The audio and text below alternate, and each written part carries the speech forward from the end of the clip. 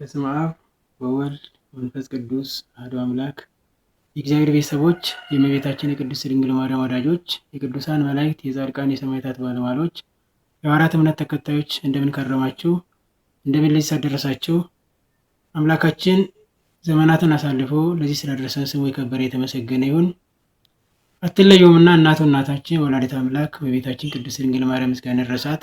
ቅዱሳን መላእክት፣ ጻድቃን፣ ሰማዕታት ሁሉም እንደየክብራቸው ምስጋና ይድረሳቸው። እንግዲህ በዚህ ቻናል ረጋቱ በሚባል ከአንድ ዓመት በፊት ወይም ደግሞ ከቆይታ ከአንድ ዓመት ሆኖታል ከዚህ ቪዲዮ ሚዲያ መቅረብ ከጀመርኩ። ብዙዎቻችሁ በውስጥም በስልክም ለምን ጠፋ የት ሄደ ነው ብላችሁ እንደጠየቃችሁኝ ያውቃለሁ። ስለጠየቃችሁኝ አመሰግናለሁ። እግዚአብሔር ይስጥልኝ። የጠፋሁበት ምክንያት ተመሳሳይ አገልግሎት ሆኖ ነው። በተለይ ሐዋርያዊ ስራ እንግዲህ ብዙ ፈተና አለው። ከየት መጀመር እንዳለብን የሚታወቅ ነው። በተለይ በቤተሰብ ላይ በሚሰሩ ብዙ መንፈሳዊ ስራዎች አሉ። ያንን እየሰራው አንድ ዓመት ከዛም በላይ የሚፈጅ የቆየ ታሪክ የቆየ ስራ ነበረ። ያንን ወደ አንድ ጎን ላድርግ ብዬ ነው የጠፋሁት። እንዲሁም ደግሞ በዚህ መንፈሳዊ ስራ ስንሰራ ብዙ ፈተናዎች ይኖራሉ። ፈተና ለምን ተፈተነ ሳይሆን ፈተናዎቹን ደግሞ በተለይ ስልት በተለይ ጥበብ ማለፍ ግድ ስለሆነብን የጠፋ ነው። እንግዲህ ብቻዬን ሰቀርብ ነበረ። ዛሬ ግን እንዲሁም ደግሞ ከዛሬ በኋላ ሁሉም በራሱ ጸጋ እግዚአብሔር የሰጠው ጸጋ አለ። በዛ ጸጋ ሁላችንም ማገልገል ግድ ነው። ከዛ ውስጥ ባለቤቴ አንዷ ነች። እግዚአብሔር ለሁላችን የሰጠው ጸጋ አለ፣ መክሊት አለ። ያን መክሊት ለህዝብ እግዚአብሔር የሰጠንን ለሰው በመስጠት ወይ ደግሞ ለሰዎች ለሌሎች በማካፈል ያንን መክሊታችንን ፍሬ እናፈራበታለን። ከዛ ውስጥ እንግዲህ ባለቤቴ አንዷ ስለሆነች እሷም እግዚአብሔር በሰጣት ከአባቶች በህይወት ከተማርነው ለእናንተ የምናደርስ ከእናንተ የምንማርበት መርሃ ግብር ስለሚሆን ከዚህ በኋላ በዚህ ቻናል በተናጠል ሊሆን ይችላል በጋራ የምንቀርበው ከባለቤቴ ጋር ነው ማለት ነው። ባለቤቴ እስከዳር ትባላለች። ከዚህ በኋላ በተለያዩ ርዕሰ ጉዳዮች ላይ እናንተን የሚጠቅም በህይወታችን አየናቸው ሊሆን ይችላል ከአባቶች ከእናቶች ከሌሎች የተማርናቸውን ህይወት ዘመኑን አስመልክቶ ለእናንተ የምናቀርብ ይሆናል። ይህ ቻናል ልዩ የሚያደርገው ምንድን ነው? የተለየ ትምህርት ማስተማር አይደለም። ለምን? ለትምህርት አባቶች አሉ፣ ቅዱሳን አሉ፣ መምህራን አሉ። ከአድባራት እስከ ገዳማት በቂ የሆኑ አባቶች አሉ። አዲስ ትምህርት አናስተምርም። በቂ መምህራን ሊቃውንት አሉን። እኛ ልዩ ትኩረት የምናደርገው በዚህ ዘመን ምን ይመስላል ነው። ምድር ላይ ያለው አማናዊ ህይወት ምን እንደሚመስል መሆን የነበረበት ደግሞ ህይወት ምን መሆን እንደነበረበት ሊሆን የሚገባ ደግሞ ህይወት ምን አይነት ህይወት እንደሆነ ነው። ይህን የምናደርገው ደግሞ በጥናት ላይ ተመስርቶ ነው። ጥናት እናደርጋለን። ጥናትን እናደርግባቸውን በኋላ የምንነግራቸው ይሆናል። ጥናትን መሰረት በማድረግ ትውልዱ ምን እየሆነ ነው ያለው፣ በዚህ ዘመን ትክክለኛ ህይወት ወይ ደግሞ እየሆነ ያለው ህይወት ምን ይመስላል፣ ዓለምን ላይ ነው ያለችው የሚለውን አማናዊ ህይወትን መሰረት አድርጎ ያንን ለአባቶች በማቅረብ ለእናንተ በማቅረብ ራሳችን እየኖርን ሌሎችም እንዲኖሩ በማድረግ አባቶች ደግሞ በዛ ላይ መልስ እንዲሰጡ ትውልዱ እንዲያነቁ ቤተክርስቲያን ደግሞ መረጃ አግኝታ ትኩረት አድርጋ እንድሰራበት ነው እንጂ የተለየ ትምህርት ለመስጠት አይደለም። ለምን? እኛ ከሁሉም ያነስ በእውቀትም ሊሆን ይችላል በተለያየ መልኩ ከአባቶች አንበልጥም። አባቶችን ግን ያሉ መረጃዎች በተለይ ዘመናዊ መረጃዎች ቅርብ ስለሆን ያንን መረጃ ለወጣለ አባቶች በማቅረብ አባቶች ደግሞ መልስ እንዲሰጡበት የተለያየ በመጽሐፍት ሊሆን ይችላል በተለያየ አውደ ምሕረት ላይ ሊሆን ይችላል ያንን አባቶች እንዲሰሩበት መምህራን ትኩረት አግኝተው ለመረጃ ያህል መረጃ እንሰጣቸዋለን። አባቶች ደግሞ መምህራን ደግሞ መልስ ይሰጡበታል ማለት ነው። እንዲሁም ደግሞ እኛ በህይወት ያየነው የተማርነውን እግዚአብሔር በሰጠን መጠን የምናቀርብ ይሆናል ማለት ነው። እንዲሁም ደግሞ በዚህ ዘመን ምንም እንኳን ቴክኖሎጂ ያደገ የሆኑ ስልጣኔው የተለየ ደረጃ ላይ ቢደርስም መንፈሳዊነትን ማስቀደም ለሁሉም እንደሚያደርስ ነው። ነገር ግን በዚህ ዘመን ያለን አባ ወንድሞችና እህቶች ወይ ደግሞ በአጠቃላይ በተለይ ወጣቶች ዘመናዊ ቴክኖሎጂ መንፈሳዊ ዓለምን ያስናቀ ወይ ደግሞ የበለጠ ይመስለናል። ነገር ግን እኛ መንፈሳዊ ዓለም ስላልኖርን እንጂ ከመንፈሳዊ ዓለም ይበልጥ ነገር የለም። አደገ ብለን የምናስበው ሳይንስ ሊሆን ይችላል፣ ቴክኖሎጂ ሊሆን ይችላል። በአሁኑ ጊዜ ደግሞ ሜታፊዚክስ በሚል የመጣው ስልጣኔ ብናስተውል ከመንፈሳዊ ዓለም አይበልጥም። ስላልኖርን ግን ውጤቱን አላወቅንም እኛ ማለት ነው። ምን ያህል ኃይል እንዳለው መንፈሳዊ ዓለም ምን ያህል ኃይል እንዳለው የምናውቀው ነገር የለም። ያንን መጠቆም ነው እኛ ድርሻ ማለት ነው። ክርስቶስ አምላካችን አስቀድማችሁ ጽድቁን እሹ ሌላው ይጨመርላችኋል ያለው እኮ ሰው መጀመሪያ ማስቀደም ያለበት መንፈሳዊ ዓለም ነው። በፈለገ መልኩ ቢትሞክሩ መንፈሳዊ ዓለም ካላስቀደም የሚሆን ነገር የለም። እንግዲህ አንዱ ምስክር ልንሆን እንችላለን እኛ ማለት ነው። መንፈሳዊ ዓለምን በማስቀደም የምናጣው ነገር የለም። ስጋዊ ዓለም ካስቀደምን ግን ሁልጊዜ መረጋጋት የለም። እውነተኛ ሰላም ያለው በቤትህ ነው እንላለን በመዝሙር። እውነተኛ ሰላም ያለው በቤትህ ነው። ክርስቶስ አምላካችንም ደግሞ እንደዛ ብሏል። እኔ ሰላምን እሰጣችኋለሁ፣ ሰላምን እተውላችኋለሁ ብሎናል። እኔ የምሰጠው ሰላም ዓለም እንደሚሰጠው ሰላም አይደለም ብሎናል። ሌላም ነገር ብትመለከቱ እግዚአብሔር አምላካችን የሰጠን ሰላም የሰጠን ነገር ዓለም ከሚሰጠው የተለየ ነው። ያ ማለት ነው መንፈሳዊን ዓለም እናስቀድም ማለት ነው። ስለዚህም ይህ ቻናል መሰረት ወይ ደግሞ ትኩረት የሚያደርገው መንፈሳዊ ዓለምን በማስቀደም ነው ማለት ነው። ይህን መሰረት በማድረግ የምንሰራባቸው ወይ ደግሞ የአገልግሎታችን የትኩረት አቅጣጫዎች ለጊዜ የያዝናቸው ወደ 8 የሚሆኑ ናቸው። ያንን እናስታውቃችሁና ወይ ደግሞ እንነግራችሁና በዚህ ቻናል ለሌሎችም በማጋራት ሊሆን ይችላል፣ ለራሳችሁም በዛ ዙሪያ ላይ የምናነሳቸው ላይ ሀሳብ መስጠት ትችላላችሁ። ጥያቄ መጠየቅ ትችላላችሁ። ጥቆማ መስጠት ትችላላችሁ። አባቶች ደግሞ መልስ እንዲሰጡበት እናንተ ጥያቄ መጠየቅ፣ ያንን ጥያቄ ደግሞ ለአባቶች በማድረስ በዚህ ቻናል ለእናንተ የምናደርስ ይሆናል ማለት ነው። ከዚህ እንግዲህ የሚጀምረው ባለቤቴ የመጀመሪያውን እና የተለየ የተወሰኑትን ለእናንተ ነግራችኋለች። እኔም ደግሞ በመሀል እየመጣው ያንን ነግራችኋለሁ ማለት ነው። አዎ እንግዲህ ብዙዎቹም ብሏቸዋል። ዋና ዋናዎቹ ዝሮ እዚህ በዚህ ቻናል የምናቀርበው እኛ የተለየ ትምህርት አይደለም። ሁሉም በየራሱ አሁን በየስፍራው በየሚዲያው ሁሉም መምህራን ሞልተዋል። ግን እኛ ደግሞ የታየንን የምናውቀውን ክርስትና እንግዲህ ያወቁትን ማሳወቅ ያገኘነውን ማካፈል ክርስቲያን ያገኘውን ማካፈል ግድ ነውና እኛም ካየነው በስራችን ስንሰራ በአገልግሎት ከገጠመን ይሄንን ወደ ህዝብ ብናወጣው ሌላውም ይማርበታል በሚል እኛ ጋር ከሚቀር እናካፍል በሚል ነው ለእናንተ የመጣ ነው። የመጀመሪያው ህፃናት ላይ ነው። ህፃናት ላይ እንዴት ነው የምንሰራ? እንግዲህ ያው እኛ እንደምታዩን ወጣቶች ነን። ህፃን በቤታችን አለ። ከትምህርት ቤት የሚያመጡት ጠባይ ያለ ልጆች ምን እየሆኑ እንደሆነ ከምናውቀው ምን ማድረግ እንዳለብን እነዛን ችግሮች እናነሳለን። ከእነዛ ችግሮች ደግሞ እንዴት መፍታት እንዳለብን ለምሳሌ ብዙ ጊዜ ትምህርት ቤት ከገባ በኋላ ልጆቼ ሌላ ጠባይ ያመጡብኝ ምን ላድርግ? ሁልጊዜ አስቆርባለሁ፣ ልጄን አስጠምቃለሁ፣ ነገር ግን ለውጥ አያመጣም በህይወቱ። እሱ ለምን እንደሆነ ብቻ የተለያዩ ችግሮች አሉ። በቴክኖሎጂው ዙሪያ ደግሞ በዚህ ዘመን ሁላችን የምናውቀው ነው በየቤታችን ልጆቻችን ምን ያህል የቴክኖሎጂ ውጤቶች ላይ ትኩረታቸው እንዴት በእሱ እንደተጠመዱ የምናውቀው ነውና እሱን እንዴት መጠቀም እንዳለብን ልጆቻችን ላይ መስራት እንዳለብን እንዴት ምን ማድረግ እንዳለብን እንነጋገራለን። እናንተም በዚህ ዙሪያ ያላችሁን ጥያቄ ያስቀምጡልን፣ በሰፊው እንመጣበታለን ማለት ነው ወደፊት። ሌላው ደግሞ በዚህ ዘመን ዓለምም ሊሆን ይችላል መንፈሳዊ ዓለምን ትኩረት የሚያደርግባቸው ወጣቶችን ነው። በጉብዝና ወራት ፈጣሪን አስብ ያለው ጊዜ መጽሐፍ ቅዱስ ትኩረት የሚሻ አንዱ ወጣቶች ነው። ወንዶችም ሴቶች ሊሆኑ ይችላሉ። በዚህ ዘመን ወጣቶች ላይ ብዙ ፈተናዎች አሉ። ያንን ፈተና እንዴት ማለፍ እንዳለባቸው ዓለም ለወጣቶች የምታቀርባቸው ነገሮች አሉ። ወጣቱ ያንን እንዴት ይለፍ የምናየው ነው። ወጣቱ በአሁኑ ጊዜ በቴክኖሎጂ ሊሆን ይችላል፣ በመንፈሳዊ ስፍራ፣ በዓለማዊ ስፍራ ብዙ ነገሮች ውስጥ ገብቶ ብታገኙት ነው የምናየው ነው። ያንን ወጣቱ እንዴት ይለፍ፣ መንፈሳዊ ዓለምን በማስቀደም ያንን እንዴት ማለፍ እንደሚችል በተለይ በትምህርት ቤት ደረጃ ያሉ ወጣቶች አሉ። በትምህርት ቤት ደረጃ ወጣቱ እንዴት ነው ማለፍ ያለበት፣ እንዴት ነው መኖር ያለበት? ብዙ የእድሜ የወጣትነት ዘመናት እንግዲህ በሳይንሱ ዓለም የፋይሬጅ ወይ ደግሞ የእሳት ዘመን ነው። ይህን የእሳት ዘመን እንዴት ነው ወጣቱ ማለፍ የሚችለው? በጥበብ ካላለፍን፣ በእውቀትና በጥበብ ካላለፍን ወጣትነት ዘመን በጣም ከባድ ስለሚሆን ወጣቱ እንዴት ማለፍ እንደሚችል በሰንበት ቤት ሊሆን ይችላል፣ እንዲሁም በዓለማዊ ትምህርት ቤቶች የምናያቸው ነገሮች አሉ። መነሻ ላይ እንደነገርናችሁ እንግዲህ ጥናትን መሰረት በማድረግ ነው የምንሰራው።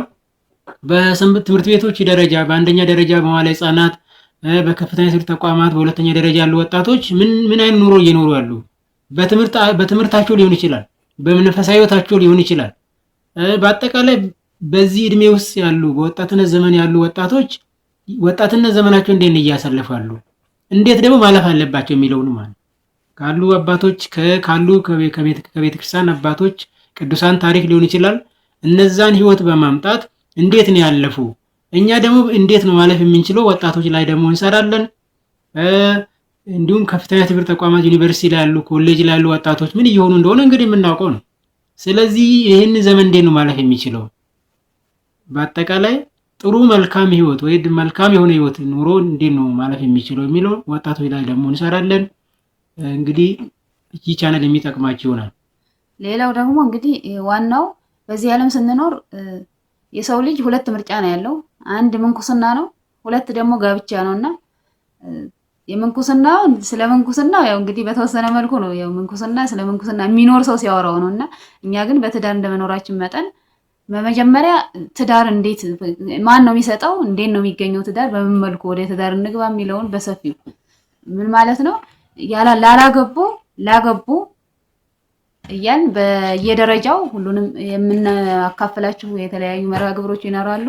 ምክንያቱም አሁን መጪው በተለይ ጋብቻ ወቅት ነውና እጮኛ ማቾች እንዴት ማለፍ እንዳለባቸው እጮኝነትን መስፈርቱስ ምንድነው? እንዴት ነው ወደ ትዳር የሚሰጠው? ትዳርን የሚሰጠው ማን ነው?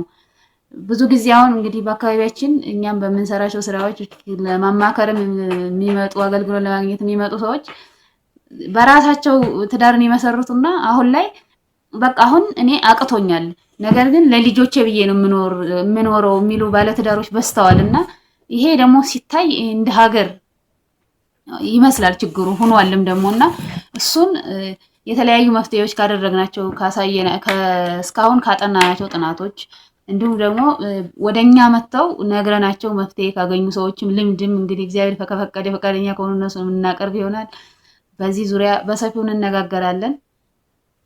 ሌላው ደግሞ ባለትዳሮች ደግሞ ማለት ትዳርን እግዚአብሔር ከመነሻው ነው መቼም እንግዲህ ትዳር ባለትዳር ሆኖ ከመኖር መጀመሪያ የትዳር አጋርን መምረጥ ላይ ነው መሰረቱ። እዛ ጋር ነው ትዳር አጋርን እግዚአብሔር ከሰጠ ባለትዳሮች እንደመኖር እንዳለባቸው ይቸግራሉ ብለን አናስብምና መሰረቱን ለጮኛ ያሉ ሰዎች ወይ ደግሞ ወደ ትዳር ሊገቡ ያሉ ሰዎች ላይ በሰፊው ሰርተን እንደገና ደግሞ አሁን ደግሞ በትዳር ውስጥ ላሉ ሰዎች ምንም እንኳን ችግር ቢኖር ፈተና ቢኖርም ያን ችግር እንዴት መፍታት እንዳለባቸው ለልጄ ብዬ ብሎ ነገር የለም በትዳር ውስጥና ምንም እንኳን ችግር ቢኖር ያን ችግር እንዴት መፍታት እንዳለንባቸው የተለያዩ መፍትሄዎችን እንደ እግዚአብሔር ፍቃድ እናካፍላችኋለን። ሌላው ደግሞ እስኪ እንግዲህ እሷ እንዳለቻችሁ ትዳር በአሁኑ ጊዜ የፍርድ ቤት አጀንዳው እንደሆነ ታውቃላችሁ። ፍርድ ቤት ጥያቄው እንግዲህ ከፍርድ ቤት የሚመጡ መረጃዎች ይኖራሉ። በዛ ዙሪያ የሚሰሩ ወንድሞች እህቶች ሲነግሩን በጣም ብዙ ፈተና ውስጥ እንዳሉ ነው።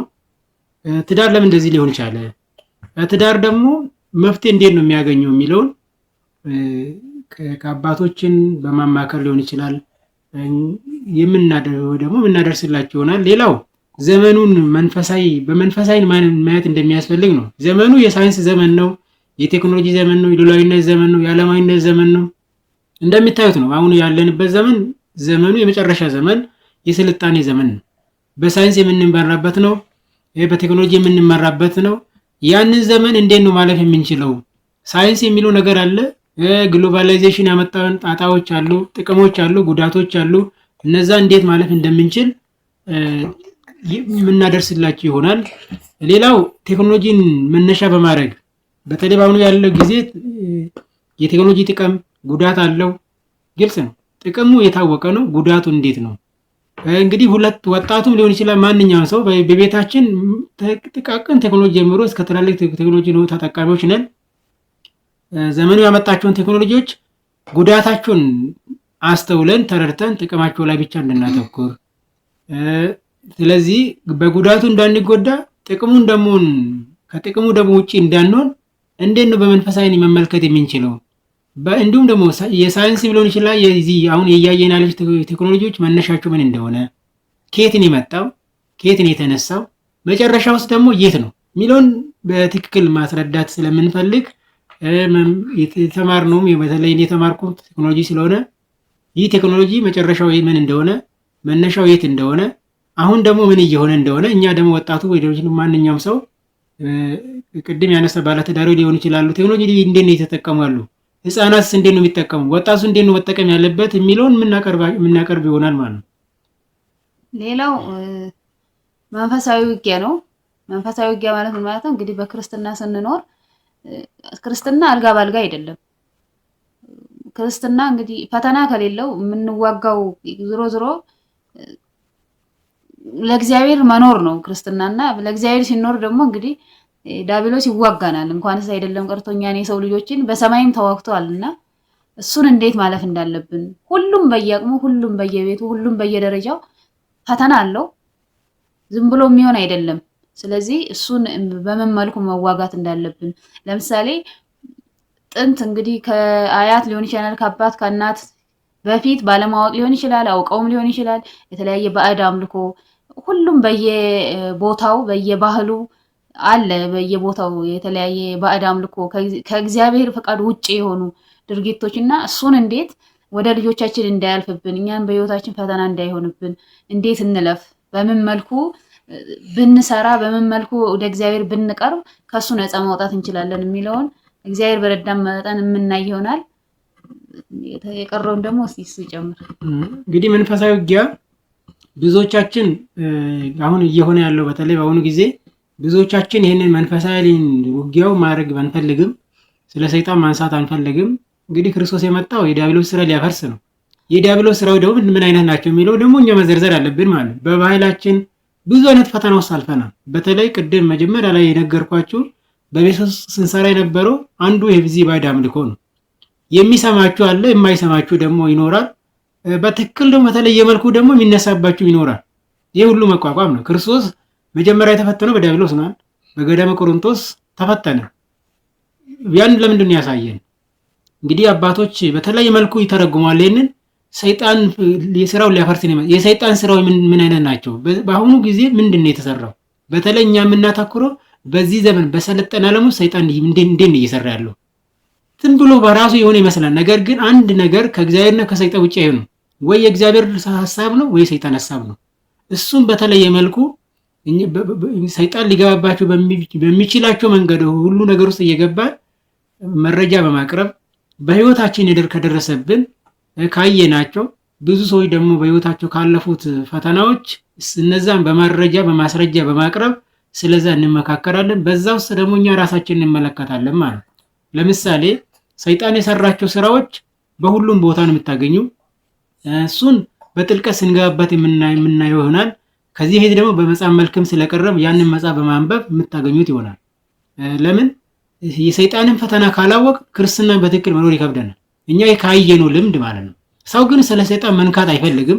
አንዳንዶቹ ደግሞ እኛ ሰይጣን አንነካውም አይነካን የሚሉ ሰዎች ይኖራሉ።